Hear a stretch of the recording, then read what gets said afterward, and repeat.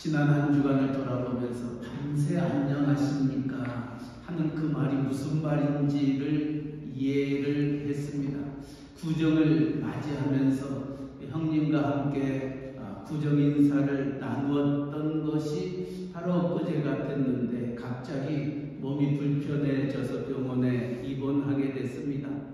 입원하였음에도 불구하고 큰 문제가 없을 거라고 의사 선생님이 얘기를 했었는데 그만 급성 폐렴이 형님에게 다가오고 급성 폐렴이 온 지 이틀 만에 폐혈증으로 바뀌어져 월요일날 돌아가셨다, 이런 얘기를 듣게 되었습니다. 월요일 6시 정도 돌아가셨다는 얘기를 듣고 갑작스럽게 일어났던 일이라 어떻게 생각할까 했는데, 또 저희 큰 형수님도 신장투석을 일주일에 3번씩 하는 관계로 몸이 좋지 않은 가운데 있고 아들 삼형제만 있게 되었던 결과 아무래도 그래도 장례식에 나갔다 오는 것이 좋겠다 생각이 들어 여러분들과 얘기도 못하고 장로님들에게만 간단하게 메시지를 전하고 표를 끊고 한국에 다녀왔습니다.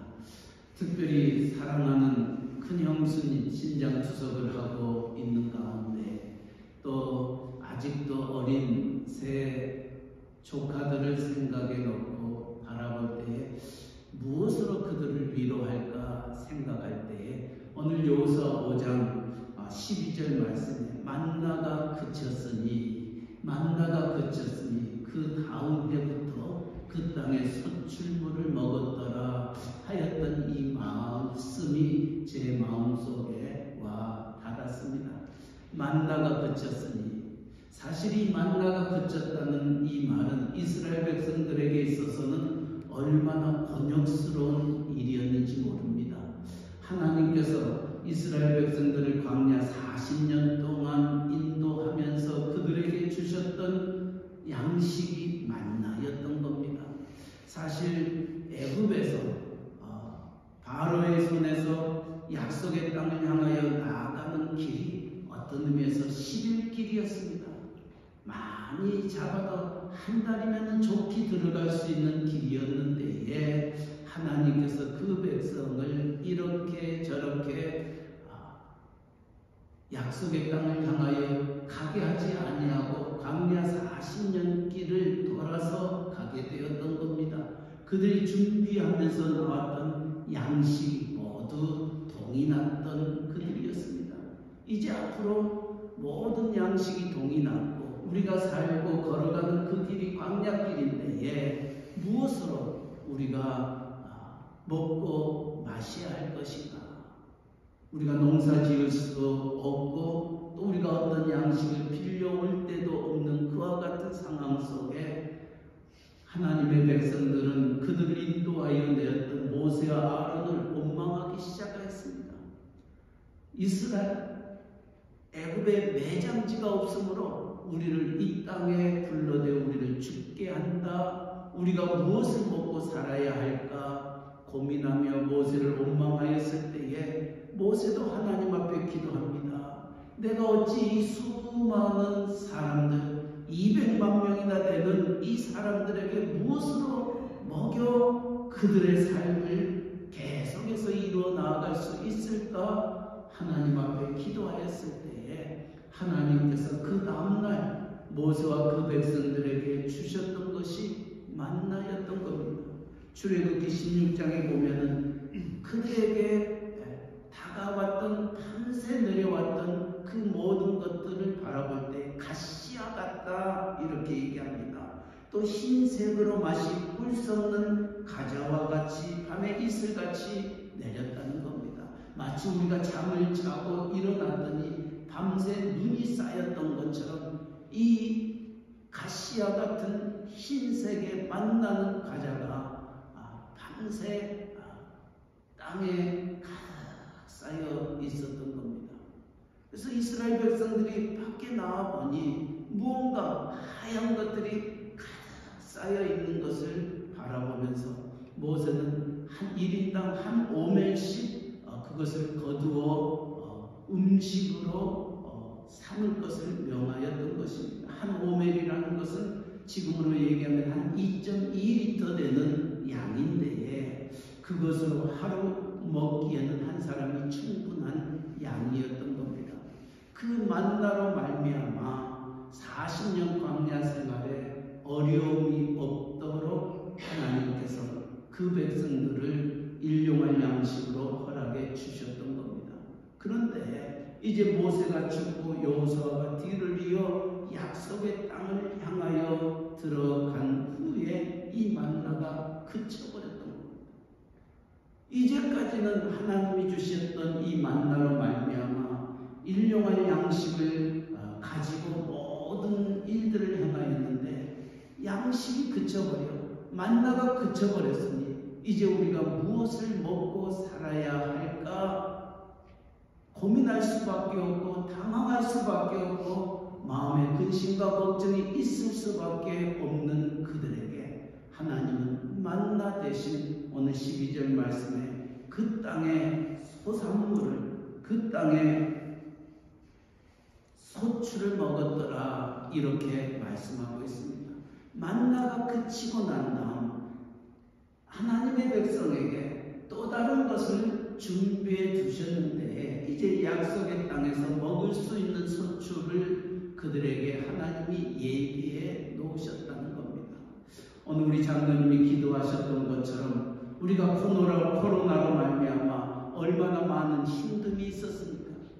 많은 힘듦이 우리에게 있었지만 코로나가 우리로 하여금 일용할 양식을 그치게 하였지만 또 다른 방법으로 하나님이 일용할 양식을 우리에게 채워주시고 코로나가 끝나갈 즈음에 정부에서 나오는 모든 돈도 이제 그치게 되었고 또 우리로 하여금 다시 일상적인 생활로 힘들지만 돌아가는 그 길을 우리에게 허락해 주셨습니다. 어떤 이들은 이 코로나 때에 내가 더 많은 수입을 갖게 되었다라고 얘기하는 사람들도 있었습니다.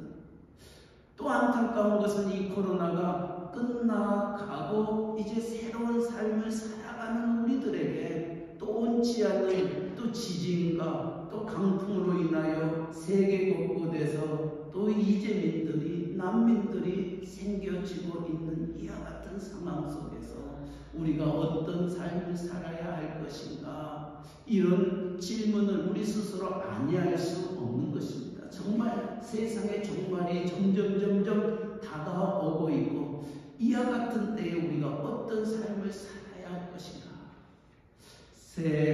그 조카들이 특별히 아버지와 큰형님과 함께 같이 살았던 막내 아들이 삼촌 아버지가 10년만 더 살았으면 이제 어머니가 6개월 전에 돌아가셨는데 어머니를 돌보느라고 큰형님이 누구보다도 많은 힘과 마음을 써서 지칠 대로 지쳐 있었습니다. 긴 병에 효자 없다는 말이 하나도 우리 옛 속담들이 틀린 말이 하나도 없더라고요. 그래서 많이 지쳐 있었던 형님 이제 어머니를 하나님 품에 먼저 보내고 이제 조금 정리되어져 가고 있는 그와 같은 상황 속에 어머니 형님마저도 이처럼 돌아가시게 되니 그것을 바라봤던 막내 아들 현식이가 삼촌 참 안타깝다고 아직 하나님 품에 가기에는 이제 73이기 때문에 그리고 건강했기 때문에 좀 더 살 수 있었을 건데 그런 아쉬움을 표하는 얘기를 듣고 어깨를 꼭 안아 주었습니다. 이처럼 우리의 생각과 또 하나님의 생각은 언제나 다르더라는 겁니다. 오늘 우리 가운데에도 정말 만나가 그쳐버리는 고통과 아픔과 막막함과 힘듦이 우리 앞에 놓여 있을 수 있습니다. 이제 직장이 없어집니다. 또 사업체가 흔들리게 됩니다. 이제 이 모든 것이 그치게 되면은 내가 어떻게 살고 무엇으로 먹고 살고 근심하며 걱정하며 염려하지 아니할 수 없습니다. 내 아내가 아프고 내 남편이 아프고 또 여러 가지 일들이 우리 앞에 우후죽순 내게 다가올 때에 내가 어떻게 살아갈까 염려하며 근심할 수 있습니다. 그러나 오늘 여호수아 5장의 말씀 통하여 이스라엘 백성들이 만나가 그쳤을 때에 하나님이 어떻게 그 백성을 예비하고 준비하셨는가? 이제는 약속의 땅에서 그 땅의 서출을 먹을 수 있도록 만나보다 더 다양한 하나님의 은혜와 축복을 그 백성에게 주셨던 겁니다. 이것이 우리가 믿는 하나님이십니다. 그러기에 우리의 주님도 이 세상에 오셔서 너희는 무엇을 먹을까, 무엇을 마실까, 무엇을 입을까 염려하지 말라. 이는 다 이방인들이 구하는 것이요 너희는 먼저 그의 나라와 그의 의를 구하라. 그리하면 이 모든 것들을 더하여 주시리라. 우리는 이런 일이 일어나게 되면 더 이상 어떻게 살 수 있을까 염려와 근심할 수밖에 없지만은 우리의 주님은 우리를 향하여 염려하지 말라, 근심하지 말라, 하나님을 믿으니 또 나를 믿으라 말씀하시면서 우리를 격려하고 우리에게 그동안 겪지 못하였던 또 다른 새로운 것들을 우리에게 주시는 하나님이심을 성경은 우리에게 가르쳐주고 있습니다. 이것은 이스라엘 백성들에게 주었던 말씀뿐만이 아닙니다. 아브라함이 하나님께서 약속의 아들 이삭을 100세에 주셨습니다. 100세에 주셨던 그 아들 이삭이 얼마나 귀하고 예쁘고 사랑스러웠겠습니까? 그러나 그 아들을 내게 바치라 명합니다. 아브라함은 그 아들을 내게 바치라 하셨던 하나님의 말씀에 순종하여 그 아들과 함께 모리아산에 올라갑니다. 이삭이 묻습니다. 여기 하나님 앞에 드릴 제단과 모든 것들이 있는데 재물은 어디 있습니까? 묻는 아들 이삭, 그를 향하여 하나님이 예비해 두셨다 라고 얘기하면서 그와 함께 제단 앞에 올라갑니다. 그리고 이삭을 하나님 앞에 제물로 바칩니다. 100세에 얻었던 하나밖에 없는 이 아들을 하나님 앞에 제물로 바치는 이 아브라함의 마음과 그 심정은 어떠했겠습니까? 그러나 하나님께서 원하시기에 하나님의 말씀이기에 순종하며 그를 바칠 때에 하나님은 아브라함의 믿음을 보시고 내 아들 이삭에게 손을 떼지 말라. 하나님께서는 이 이삭 대신 어린 양 하나를 준비해 두셨습니다. 그 양을 가지고 이삭 대신 하나님 앞에 제물로 드리면서 그 양을 발견하면서 아브라함이 했던 말이 있습니다. 하나님은 우리의 모든 것들을 예비하시고 준비하신 하나님이시다. 그래서 그 하나님을 가리켜서 여호와 이레의 하나님이다 이렇게 고백하였던 겁니다. 그렇습니다. 오늘 저와 여러분 크고 작은 힘듦과 어려움, 이해할 수 없는 아픔과 답답함 속에서도 여호와 이레의 하나님은 우리가 알지 못하는 또 새로운 것들, 또 우리가 알 수 없는 것들을 예비하여 우리의 길을 인도하여 주시는 분이 우리 하나님이신 줄 믿습니다. 2023년 크고 작은 어떠한 일들 앞에서도 흔들리지 아니하고 나를 위하여 예비하시고 준비하시고 함께 하시는 그 하나님과 동행할 수 있기를 주님의 이름으로 간절히 축원합니다. 이것은 아브라함에게만 주신 축복은 아닙니다. 또한 야곱의 삶도 그러했었습니다. 야곱은 욕심이 많았던 아들이었습니다. 그러나 이스라엘 그 풍습에 따라 장자에게 주는 축복이 무엇보다도 큰 이 야곱은 알고 있었습니다. 그러나 야곱은 쌍둥이였습니다. 형 에서의 발꿈치를 잡고 태어났다고 해서 그 이름을 야곱이라 이름하였습니다. 정말 한 시차로 태어났던 야곱이 형 에서에게 장자권을 빼앗겼었을 때에 그 속상은 이루 말할 수 없을 것입니다. 야곱은 꽤나 많은 자였습니다. 어떻게 해서든지 형 에서의 장자권을 내가 취하고 싶었던 것입니다. 팥죽 한 그릇으로 형 에서의 장자권을 빼앗고 아버지 이삭이 눈이 어두워져서 이제 더 이상 앞을 바라보지 못하고 있을 때 어머니와 더불어서 형 에서인 것처럼 꾸며서 형 에서의 축복을 야곱은 받게 됩니다.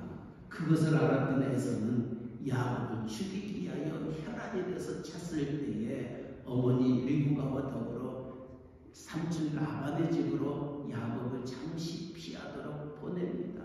그 피하여 보냈던 그 시간이 20년이었습니다.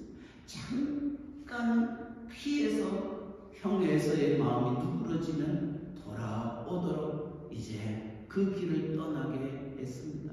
부모를 떠나게 됩니다. 친척 고향을 떠나게 됐던 야곱의 심령도 결코 편치는 아니었습니다. 비록 하나님으로부터 아버지의 장자권을 그가 얻었던 그였지만 그 길은 두렵고 힘든 길이었습니다.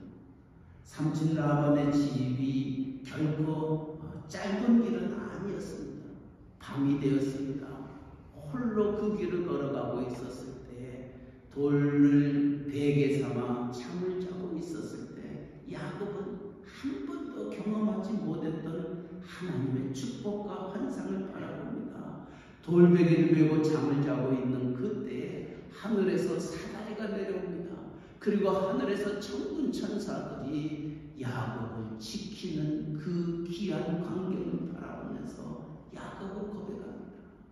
아, 하나님이 여기에까지도 함께 계시구나. 이제까지는 부모를 떠나서 삼촌 라반의 집을 가는 자신의 그 걸음걸음은 홀로라고 생각했습니다. 이제 어머니가 더 이상 있지 않냐고, 아버지가 더 이상 있지 않냐고, 내 친척은 더 이상 나와 함께 하지 않냐고, 나는 애롭고 힘든 걸음을 나 혼자 걷는다고 생각하고 있지만은 하나님은 야곱에게 너는 혼자가 아니다. 내가 너와 함께한다. 천군 천사들이 야곱과 함께하는 것을 바라보면서 야곱은 힘을 얻었던 겁니다. 그리고 그 길을 기쁨으로 걸어갈 수 있었던 겁니다. 야곱뿐만입니까? 야곱의 아들 요셉도 마찬가지입니다. 그가 형들의 시기와 질투로 말미암아 칼림을 받게 되어 보디발의 종살이를 하게 됩니다. 또 거기서 억울하게 누명을 쓰여 이제 옥살이를 하게 됩니다. 옥살이를 하는 가운데에 그곳에서 바로의 왕의 간수들과 함께 꿈을 해석해 줌으로 말미암아 그에게 다시금 일어설 수 있는 기회를 갖게 됩니다. 바로가 꿈을 꿉니다. 바로의 그 꿈을 아는 사람은 아무도 없었습니다. 그러나 요셉과 함께 옥에 갇혔던 빵 구웠던 그 간수들, 그 술을 맡았던 그 간수가 이 요셉의 해몽했던 그 꿈을 기억하면서 바로에게 얘기합니다. 그리고 요셉이 바로 왕 앞에 나아가 그 꿈을 해석해 줍니다. 그리고 그 땅에 일어났던 일이 무엇입니까? 7년간 흉년이 일어나게 됐던 것입니다. 하나님은 요셉을 살리기 위해서 요셉을 다시금 일으켜 하나님의 사람으로 쓰기 위하여 종살이도 하게 하고 옥살이도 하게 되고 결국은 하나님께서 흉년을 준비하여 애굽의 국무대신의 자리에까지 가게 되었던 겁니다. 하나님은 요셉을 세우기 위하여 흉년을 준비합니다. 훗날 요셉은 이 모든 과정을 통하여 자기를 팔아넘겼던 미움의 그 형님들에게 이렇게 얘기합니다. 형님들이 나를 팔았던 것이 아닙니다. 하나님이 형님들의 이 가정을 구원하기 위하여 나를 먼저 애굽 땅에 보내셨습니다. 그리고 내가 형님뿐만이 아니라 형님의 식솔들을 내가 지키겠나이다. 고나면서 그 형님들의 그 남은 생을 인도해 주었던 겁니다. 우리는 이 말씀이 하나님의 말씀 말씀인 성경책에 기록되어 있습니다. 이 말씀들을 우리에게 기록하였던 이유가 무엇이겠습니까? 하나님은 아브라함에게 여호와의 일의 하나님이심을 보여주고 야곱을 통하여 네가 혼자가 아니라 세상 끝날까지 너와 함께 하시겠다 약속하시고 요셉을 통하여 너로 말미암아 이 나라 이 민족을 이끌어내는 자로 삼으시겠다 말씀하셨던 그 모든 말씀들은 바로 저와 여러분을 위한 말씀입니다. 오늘 여러분의 걸어가는 그 인생길도 하나님이 이와 같이 책임져 주시고 함께 하시고 우리를 축복해 주시겠다는 말씀입니다. 만나가 그치게 되니 하나님이 그 땅에 소출을 먹게 하셨던 것처럼 하나님은 여러분의 인생 속에서 크고 작은 힘듦과 어려움 속에서도 더 좋은 것들을 예비하여 하나님의 축복의 사람으로 이끌어 주실 줄 믿습니다. 그러기에 사도 바울도 고백합니다. 하나님을 사랑하는 자, 곧 그 뜻대로 부르심을 입은 자들에게는 모든 것이 합력하여 선을 이루어 주신다 말씀합니다. 하나님은 그를 사랑하는 자들에게, 그 뜻대로 부르심을 입은 자들에게 여러분 앞에 주어지는 모든 크고 작은 일들을 합력하여 선을 이루어 주십니다. 다시 말하면 우리가 생각했던 것보다 더 좋은 것들로 채우시는 하나님이십니다. 이것은 성경에 있는 얘기뿐만이 아닙니다. 그 성경을 믿고 믿음대로 살아가는 하나님의 백성들에게 주시는 축복입니다. 그 축복의 대상이 누구였습니까? 바로 이 미국이었습니다. 하나님의 신앙을 지키기 위하여 청교도자들이 이제 영국에서부터 유럽에서부터 이 미국 땅에 찾아왔습니다. 102명의 청교도들이 이 땅에 와서 삶을 하나님 중심, 말씀 중심, 교회 중심으로 살았던 겁니다. 물론 프리마스 쪽으로 들어왔던 그들이 점점 이제 세가 확대되면서 이제 나무로 내려오면서 펜실베니아까지 내려왔습니다. 우리가 잘 알고 있는 그 밀레니엄 띠어러가 있는 그 마을에는 아직도 청교도적인 정신을 가지고 하나님 말씀 붙잡고 살아가는 이들도 있습니다. 이제 펜실베니아에 정착을 했던 청교도들이 벼농사를 짓고 드디어 수확하는 시기가 되어 하나님 앞에 감사의 예물을 드리고 하나님께 영광을 돌리려는 그 모든 광경 앞에서 큰 일이 벌어졌습니다. 자기들이 준비해놓고 땀을 흘리면서 수확하기를 원했던 벼농사에 그 모든 것들이 하루아침에 물거품이 되어버리는 사건이 생겼습니다. 수많은 메뚜기들이 자기들이 지어놓았던 그 농사의 알맹이들을 다 먹어버리고 말았습니다.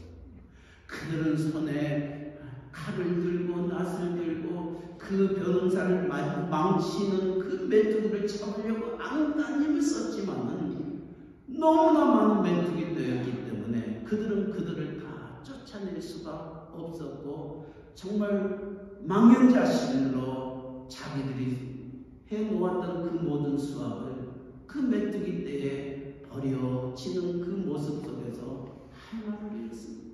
그때 종소리가 울렸습니다. 교회 종소리가 울렸습니다.